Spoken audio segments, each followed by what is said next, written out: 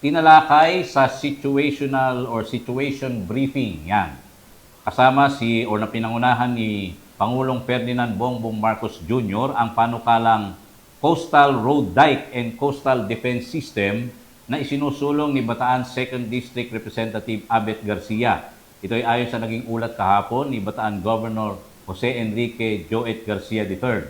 Sinabi ni Governor Garcia na nakipagpulong sila sa Pangulo noong Agosto 24 sa Pampanga Capitol kasama ang ilang gobernador mula sa gitnang Luzon upang talakayin ang kalagayan ng mga lalawigang matinding na apektuhan ng pagbaha at malalakas na pag-ulan, bagyo na sinabayan pa ng habagat. Kabilang sa mga panukalang na pag-usapan ang pagtatayo ng Coastal Road Dike Defense System na itinuturing na mas tiyak at pangmatagalang solusyon laban sa taon-taong pagbaha sa mga lalawigan ng Bataan, Pampanga, Bulacan at ilang lungsod sa Metro Manila. Sinuportahan din ang panukala ni Pampanga Governor Lilia Pineda at Bulacan Governor Daniel Fernando. Ayon naman kay DPWH Secretary Vince Dizon, patuloy pang pag-aaralan ang proyekto at inaasahan ang suporta. Siyempre, kailangan may budget.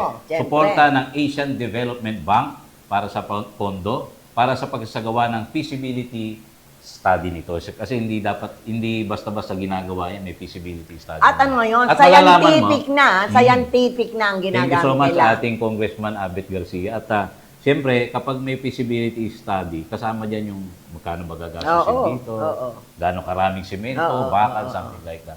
So, good luck sa project na yan, ha? At talagang kailangan mas matibay. Dahil nakita naman natin, ang mga naginawang dike, halos marami doon ang gumuho. Yes, nung itong matinding at saka proud ako dahil ang proponent niyan ay ating Congressman Abet Garcia na talaga namang napaka-bait sa atin, sister. Okay. Thank you so much, Kong Abet Garcia. Yes. And of course, ang ating Governor Joet Garcia. At